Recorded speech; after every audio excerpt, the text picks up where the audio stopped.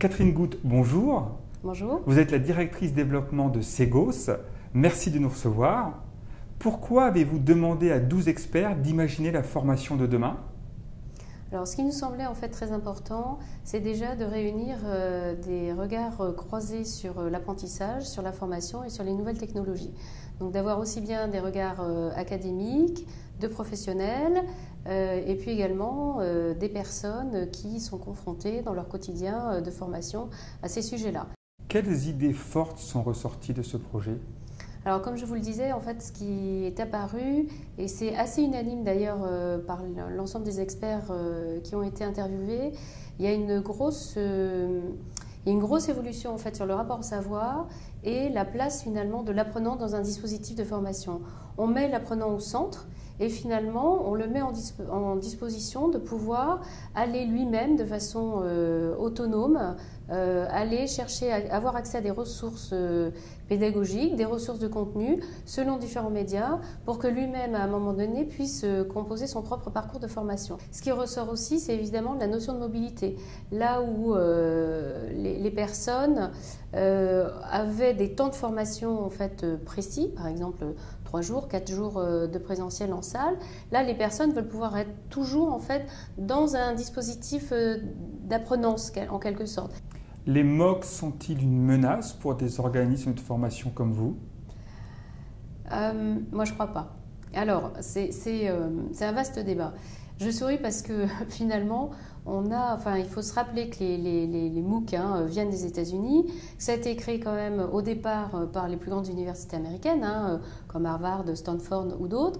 Et il ne faut pas se leurrer, c'est fait au départ pour aller finalement chercher le meilleur étudiant, le meilleur potentiel en fait de par le monde. En France, vous savez qu'il y a eu un premier MOOC qui a été fait et dont la première session en fait s'est terminée, qui regroupait 3600 personnes. Et c'était intéressant, en fait. Moi j'ai discuté avec le professeur, puisque c'est une école en fait, qui a monté ça, une école d'ingénieurs. Donc j'ai discuté avec ce professeur-là et on voit finalement qu'ils partirent à 3600, ils arrivèrent très peu nombreux. Vous menez une active politique de partenariat à l'international. Comment vos produits sont accueillis en dehors de nos frontières ?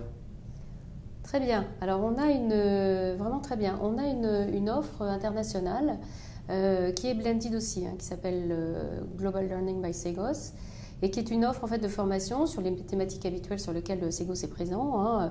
Et là, en fait, on a 26 programmes de formation internationale blendés qui associent en fait des jours de présentiel, des modules e-learning et des vidéocasts. Après, on a une autre offre, une autre famille d'offres qui sont là des modules e-learning sur étagère. Donc on a une collection de 240, 250 modules, incluant des vidéocasts. Et là, on passe en fait par un réseau de distributeurs. Quels sont vos objectifs pour l'international ? Segos, c'est évidemment une entreprise internationale. Donc on a cet axe en fait de développement qui est de poursuivre en fait notre déploiement international, soit évidemment en y installant des bureaux. Donc par exemple, c'est ce qu'on a fait en Chine. On a une équipe en fait en Chine depuis 15-20 ans maintenant. Et puis là, dans un passé très récent, du fait évidemment de l'augmentation de la consommation de la formation en Chine, on a vraiment augmenté, on a fait de la croissance en fait dans cette zone d'activité-là et donc on a ouvert plusieurs bureaux. Donc on crée par exemple des bureaux supplémentaires. Donc ça c'est une première une façon d'atteindre nos objectifs. La deuxième c'est ce que je vous ai précédemment, c'est-à-dire de travailler avec un réseau de partenaires, de distributeurs et puis éventuellement quand on a des projets qui sont pas couverts en fait par ces zones-là, on a un réseau en fait, un troisième cercle de déploiement qui peut se faire avec un réseau de freelance. Catherine Goutte, merci beaucoup et bonne continuation. Merci, au revoir.